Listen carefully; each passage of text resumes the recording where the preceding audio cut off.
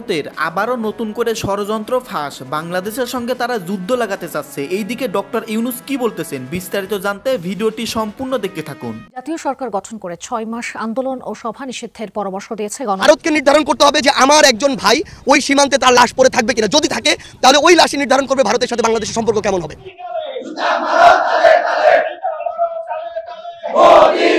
ভারতের এমন কর্মকাণ্ডে বারবারই ফুলে ফেপে ক্ষোভে গোস্বায় ভারত যেভাবে চেপে ধরছে তাতে অনেকেই শঙ্কিত যে কি হবে, আমরা বেকায়দে পড়বো কিনা। ঠিক। আসসালামু আলাইকুম সম্মানিত দর্শক মণ্ডলী, আজকের এই ভিডিওটি অত্যন্ত গুরুত্বপূর্ণ। বর্তমান দেশের পরিস্থিতি কেমন আপনারা সকলেই জানেন, নতুন করে আর কিছুই বলার নেই। দর্শক শ্রোতা, ভারত বাংলাদেশ সীমান্ত উত্তপ্ত। ভারত বাংলাদেশের উপর আবারও আক্রমণ করতে চলেছে। আজকের এই ভিডিওতে সমস্ত চাঞ্চল্যকর তথ্য পেয়ে যাবেন। ভারত বাংলাদেশকে নিয়ে আবারও নতুন করে কতবার গভীর ষড়যন্ত্র করেছেন। আজকের এই ভিডিওতে বিস্তারিত তথ্য রয়েছে। আপনাদের অনুরোধ করতেছি ভিডিওটি সম্পূর্ণ দেখার জন্য। তো বেশি কথা না বাড়িয়ে আমরা ভিডিও ক্লিপে চলে যাই। আপনারা মনোযোগ সহকারে ভিডিওটি দেখতে থাকুন। ভারতকে নির্ধারণ করতে হবে যে আমার একজন ভাই ওই সীমান্তে তার লাশ পড়ে থাকবে কিনা, যদি থাকে তাহলে ওই লাশই নির্ধারণ করবে ভারতের সাথে বাংলাদেশের সম্পর্ক কেমন হবে। দেখুন, আমরা আমাদের জায়গা থেকে মনে করি সরকারের স্ট্যান্ড নির্ধারণ করবে জনগণ। বাংলাদেশের জনগণ অন্তত এই প্রশ্নে এখন শতভাগ তাদের জায়গায় ঐক্যবদ্ধ যে আমাদের সাথে, শুধু ভারত নয়, পৃথিবীর যে কোনো দেশের সাথে আমাদের সম্পর্ক হবে সম্মানের, সমতার। কোনো ডমিনেন্সের সম্পর্ক, কোনো দাসত্বের সম্পর্ক বাংলাদেশের মানুষ আর কোনোদিন মেনে নেবে না। এটা যারাই করার চেষ্টা করেছে তাদের পরিণতি কি হয়েছে পুরো বাংলাদেশ দেখেছে, পুরো বিশ্ব দেখেছে। আমরা আমাদের জায়গা থেকে ভারতকে প্রতিবেশী দেশ হিসেবে স্পষ্ট করে বলি, ভারতের সাথে আমাদের সম্পর্ক প্রতিবেশী দেশের মতো হবে নাকি সম্পর্ক অন্য কোনো পর্যায়ের তিক্ততার হবে, সেটা ভারতই নির্ধারণ করবে তাদের কাজের মাধ্যমে। ভারত যদি মনে করে যে বিগত 16 বছরে যেভাবে তারা আওয়ামী লীগকে দল হিসেবে প্রোটেক্ট করে নিরাপত্তা দিয়ে বাংলাদেশ রাষ্ট্রকে শুষে খেয়েছে, এই সুযোগ বাংলাদেশের মানুষ আর দিবে না। এই সুযোগ দেওয়ার জন্য এত মানুষ জীবন দেয় নাই।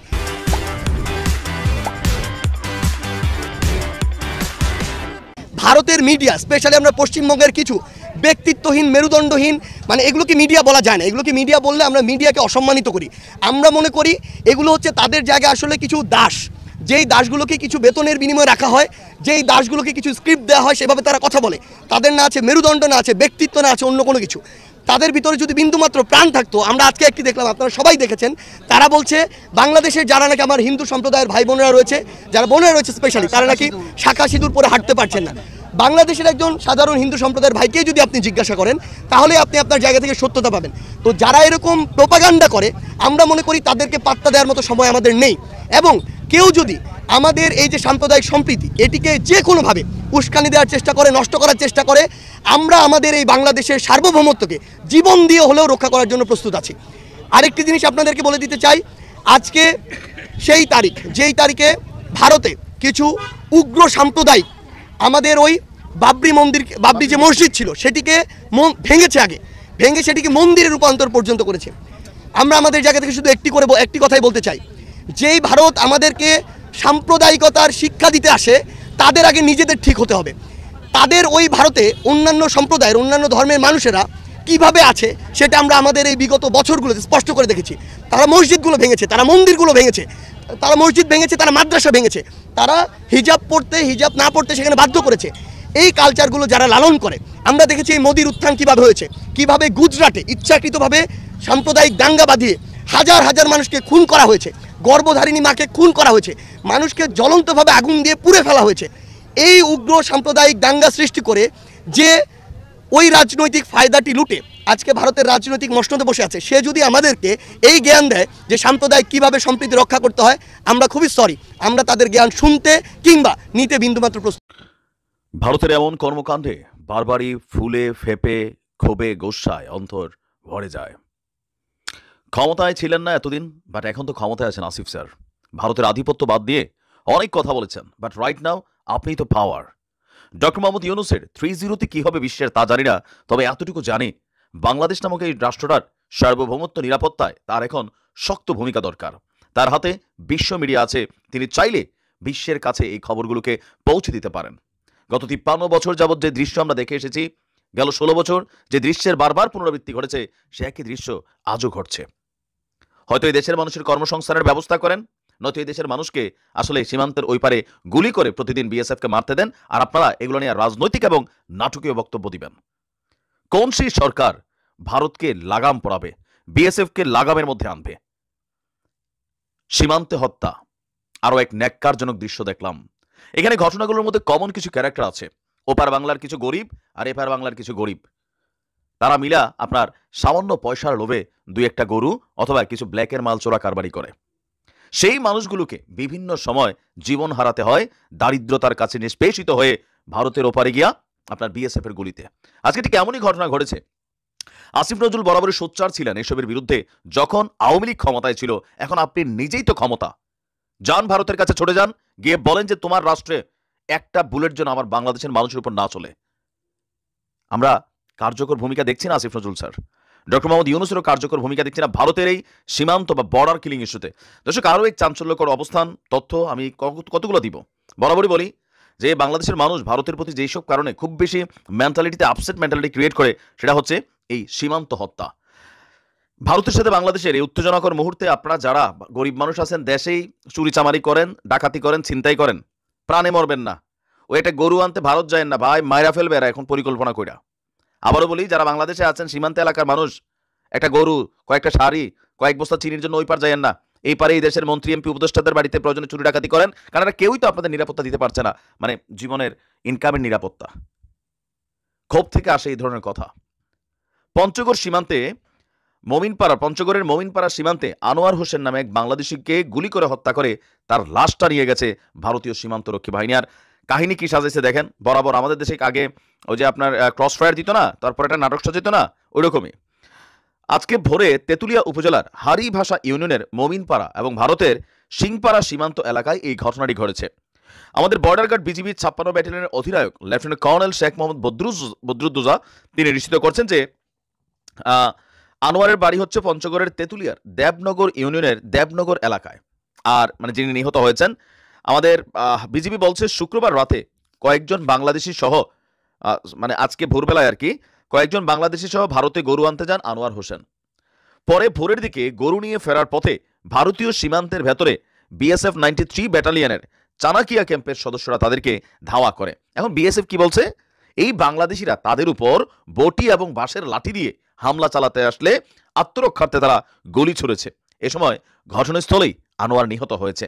পরে তার মরদেহ বিএসএফ সদস্যরা নিয়ে গেছে, চোরাচালানের গরুও নিয়ে গেছে। গুলির শব্দ পেয়ে চোরাকারবারিদের প্রতিহত করার জন্য 8 রাউন্ড ফাঁকা গুলি ফায়ার করেছেন ঘাগড়া বিজিবি ক্যাম্পের সদস্যরা। পতাকা বৈঠকের মাধ্যমে তার দেহ আনা হবে। এই মৃত্যুগুলো আসলে আটকানো বড় কঠিন, যতক্ষণ না এই জাতিকে ক্ষুধা থেকে, দারিদ্রতা থেকে মুক্তি দেওয়া যাচ্ছে। দেশের অর্থনৈতিক অবস্থা ভঙ্গুর অবস্থায় আছে, উপদেষ্টারা ভালো ভালো খাচ্ছেন, এটা ভালো, শরীর স্বাস্থ্য ভালো থাকা দরকার, কিন্তু খাওয়া দাওয়ার পাশাপাশি একটু ভারতকে কন্ট্রোল আনার চেষ্টা করেন। খালি তো হাসিনারে বকতেন, গাইলাইতেন, তো এখন আপনারাই তো হাসিনার জায়গাটাতে বসে আছেন। আপনারা ক্ষমতায় বসার পরে কয়টা বর্ডার কিলিং নিয়ে আপনারা ইন্টারন্যাশনাল লেভেলে কথা বলেছেন? কেউই বলেননি। আওয়ামী লীগ তো চাটতো, আপনারাও চাটার কাছাকাছি আছেন আমার কাছে মনে হচ্ছে।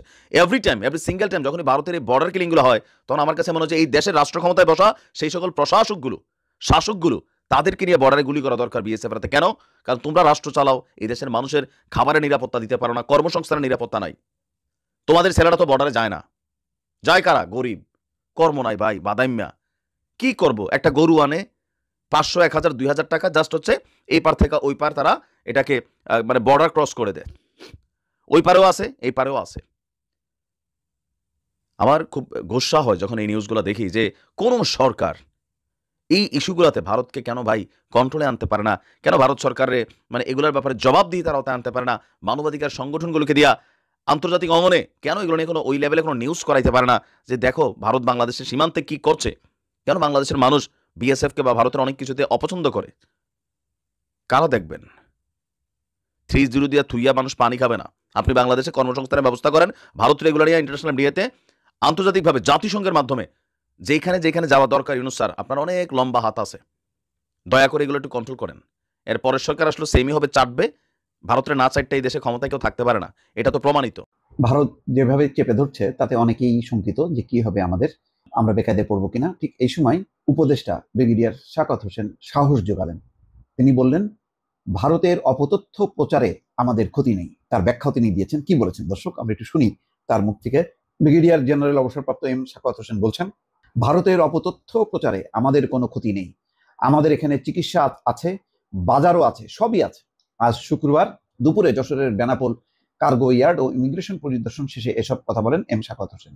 আমি খেয়াল করলাম যে উপদেষ্টাদের মধ্যে এম শাখাওয়াত হোসেন কিন্তু ঘুরছেন, চট্টগ্রামে যাচ্ছেন, যশোরে যাচ্ছেন, বিভিন্ন জায়গায় জায়গায় কিন্তু ঘুরছেন, কিন্তু অন্য উপদেষ্টাদের মানে এই হাঁটা চলাটা বা পরিদর্শনটা তুলনামূলক কম। যাই হোক, সেটা অন্য আলোচনা। আপাতত আসি যে এই বিষয়ে তিনি ফোকাস করেছেন এবং সাহস যোগাচ্ছেন যে বাংলাদেশিদের যে ভয় পাওয়ার কিছু নেই। কলকাতার ব্যবসা বাণিজ্যের পরিস্থিতির কথা জানাতে গিয়ে উপদেষ্টা বলেন, কলকাতায় হোটেল চলছে না, অনেক কিছুই চলছে না, ব্যবসা বাণিজ্য বাংলাদেশের উপরেই ছিল। দর্শক, এই কথাটাই আমি একটু বলি যে আপনাদের মনে আছে করোনার সময় কি অবস্থা হয়েছিল? তখন একাধিক টেলিভিশন, তখন তো শেখ হাসিনার সময়, এমন তো না যে এটা তখন অন্য সরকার ছিল, শেখ হাসিনার সময় কলকাতার টেলিভিশনগুলো, বাংলাদেশের মিডিয়াগুলো রীতিমতো দেখাচ্ছিল নিউ মার্কেট এবং সংলগ্ন এলাকায় যে কিভাবে তাদের ব্যবসা বাণিজ্য ধসে পড়েছে, এবং করোনার পরেও সেই পরিস্থিতি অনেক দিন যাবৎ ছিল যে সে বাংলাদেশি কাস্টমারের অভাবে তাদের মাথায় হাত ব্যবসায়ীদের। অনেক হোটেল বন্ধ হয়ে গেছে, রেস্তোরাঁ বন্ধ হয়ে গেছে, অনেক ব্যবসা প্রতিষ্ঠান বন্ধ হয়ে গেছে, কেননা বাংলাদেশ থেকে যে বিপুল পরিমাণ যাত্রী যেত তাদের একটা বড় অংশ ছিল ব্যবসায়ী। তারা ব্যবসায়ী ছিল এবং তারা কেনাকাটা করতো, এবং ইভেন যেই চিকিৎসার নামে হোক, যেভাবেই হোক না কেন, ভারতে গেলেই বাংলাদেশিরা প্রচুর কেনাকাটা করে, এটা সবাই জানে। তো এখন এই সিদ্ধান্তের ফলে কি হচ্ছে, কলকাতার ব্যবসায়ীরা, কলকাতার যারা মানে হোটেল রেস্তোরাঁর মালিক, সবাই ক্ষতিগ্রস্ত হচ্ছে। সেই কথাটাই কিন্তু তিনি বলছেন পুরো পৃথিবী থেকে ভারতে ভ্রমণকারীর সংখ্যার মধ্যে বাংলাদেশের অবস্থান দ্বিতীয় বৃহত্তম। তার মানে সারা বিশ্ব থেকে যে পরিমাণ লোক যাইতো ভারতে, তার মধ্যে বাংলাদেশের অবস্থান এককভাবে দ্বিতীয় বৃহত্তম। তার মানে বিপুল পরিমাণ ট্যুরিস্ট যখন যায় বাংলাদেশ থেকে, এটা তাদের অর্থনীতি চাঙ্গা হয়, তাদের ট্যুরিজমটা চাঙ্গা হয়। তো এখন কি হবে, এখন উল্টা কমতে থাকবে সেই অবস্থায়। এখন এই খাত থেকে অর্থনৈতিকভাবে প্রতিবেশী দেশটি বিশাল লাভবান হয়, তারা যেতে না করলে বাংলাদেশিরাও ভারতে যাবে না। উপদেষ্টা শাখাওয়াত বলেন, ঐতিহাসিকভাবে আমরা একত্রে আছি, দেশ একত্রে আছে, দেশের জনগণ একত্রে আছে, আমাদের মধ্যে মেজরিটি মাইনরিটি কোনো বিভাজন নেই, কে হিন্দু, কে মুসলিম, কে খ্রিস্টান, বৌদ্ধ, কখনোই এসব আমরা আলাদা করিনি। আপনারা উস্কানিতে পড়বেন না, কোনো ধরনের উস্কানিতে কান না দিতে সবার প্রতি অনুরোধ জানান উপদেষ্টা শাখাওয়াত বলেন। আমরা ঐতিহাসিকভাবে এক আছি। সত্যি আসলে আমাদের মতো এত চমৎকার একটা ধর্মীয় সম্প্রীতির দেশ এবং সাম্প্রদায়িক ঐক্যের একটা দেশ নজিরবিহীন, আমরা কখনো চিন্তা করি না যে আমাদের ভেতরে কে হিন্দু কে মুসলমান। এখন এই বিষ ঢুকাচ্ছে হচ্ছে এই মোদী সরকার। যাই হোক, আরেকটা কথা বলি, যে কথাটা তিনি বলছেন, এখন এই যে ভারত যে ব্লক করতেছে, ভিসা দিচ্ছে না, এর ফলে কি হচ্ছে খোঁজ নিয়ে দেখেন। থাইল্যান্ডে আপনি 1 সপ্তাহের মধ্যে 5 দিনের ওয়ার্কিং ডেতে আপনি ভিসা পাইতেন, এখন এত চাপ, এখন 1 মাসের আগে পাওয়া যাচ্ছে না। কেন? কারণ হচ্ছে এখন বিকল্প সবাই খুঁজছে, তারা এখন থাইল্যান্ডমুখী হচ্ছে, এবং থাইল্যান্ডও বুঝতে পারছে যে এখন প্রচুর পরিমাণ বাংলাদেশি ট্যুরিস্ট ব্যাংককে আসবে। এই জন্য তারা ওই সিল ভিসার বদলে ই ভিসা চালু করছে, অর্থাৎ আপনি মেইলেই আপনি আবেদন করবেন, মেইলে আপনি ভিসা পাবেন, কাগজপত্র সাবমিট করবেন মেইলে, মেইল থেকে আপনি ইমেইলে আপনি ভিসা পাবেন। তার মানে আরো সহজ করে দিচ্ছে, এবং এই সুযোগটা নেবে চীন, ব্যাংকক, মালয়েশিয়া, অন্যান্য দেশগুলি নেবে, বসে থাকবে না। বাংলাদেশিদের একটু কষ্ট হবে সত্য, কিন্তু ভারতের বিকল্প যে দেশগুলো আছে সেই দেশগুলোর চিকিৎসা, তাদের বাজার কোনোভাবেই খারাপ না। সেইটা বাংলাদেশ কখনো এই ভারতের এই যে ব্লক করে দিচ্ছে এর কারণে যে বাংলাদেশ মারা যাবে তা না, বরং বাংলাদেশে নতুন বাজার তৈরি হবে, বাংলাদেশে স্বাস্থ্য খাত, শিক্ষা খাত উন্নত হবে, যাতে স্বাস্থ্য শিক্ষার জন্য আর ভারতে দৌড়াতে না হয়। এটা আমি মনে করি যে বিপদের মধ্যে কিছু কিছু আবার মানে সুফল মেলে, এটা হয়তো সেরকমই একটি পরিস্থিতি যে আত্মনির্ভরশীল হওয়া। আমার কাছে মনে আছে যে কাতারকে একসময় সৌদি আরব এবং সংযুক্ত আরব আমিরাত ব্লক করেছিল, মনে আছে আপনাদের? যে একদম বিচ্ছিন্ন করছে, তাদের সাথে সমস্ত বাণিজ্যিক সম্পর্ক একদম বিচ্ছিন্ন করলো। কাতার কয়েকদিন একটু সমস্যায় পড়লো, কিন্তু খুব দ্রুত বেগে তাদের পাশে দাঁড়ালো ইরান এবং তুরস্ক। তারপরে কাতার যেটা করলো, তারা আভ্যন্তরীণভাবে তাদের ওই কাঁচা শাক সবজি ফসল এগুলো উৎপাদন শুরু করলো। অল্প কিছুদিন তাদের ক্রাইসিস ছিল, তারপরে তারা সৌদি আরবও লাগলো না, সংযুক্ত আরব আমিরাতও লাগলো না, ঠিকই কাতার দাঁড়া গেল, এবং এখন তো সেই নিষেধাজ্ঞা প্রত্যাহার হয়েছে। তো সুতরাং এইভাবে শত্রুতা করে কেউ কাউকে ক্ষতি করতে পারে না, বরং নিজেরই ক্ষতি হয়। এখন ভারত বাংলাদেশের সাথে যা করছে তার ক্ষতি কিন্তু তাদের নিজেদের। সম্মানিত দর্শক মণ্ডলী, আপনারা বিস্তারিত ভিডিওতে দেখতে পারলেন চাঞ্চল্যকর তথ্য। ভারত কত বড় ষড়যন্ত্র করেছে বাংলাদেশকে নিয়ে, বাংলাদেশকে মানে ক্ষতিগ্রস্ত করার জন্য ভারত উঠে বলে লেগেছে এবং তারা নতুন করে প্ল্যান করেছে বাংলাদেশের সঙ্গে তারা সংঘাতে যাওয়ার। দর্শক শ্রোতা, আজকের এই ভিডিওতে বিস্তারিত প্রতিবেদন দেখতে পারলেন, চাঞ্চল্যকর তথ্য জানতে পারলেন যে ভারত নতুন করে কত বড় ষড়যন্ত্র করেছে। যাই হোক দর্শক শ্রোতা, এই বিষয় নিয়ে বাংলাদেশ সরকার কি বলতেছে আপনারা ইতিমধ্যে অনেকে শুনে ফেলেছেন। যাই হোক, এ সম্পর্কে আপনাদের মতামত থাকলে ভিডিওর কমেন্ট বক্সে অবশ্যই ঝটপট জানিয়ে দিবেন। ভিডিওর সঙ্গে সম্পূর্ণ আকারে থাকার জন্য আপনাদের সবাইকে অসংখ্য ধন্যবাদ।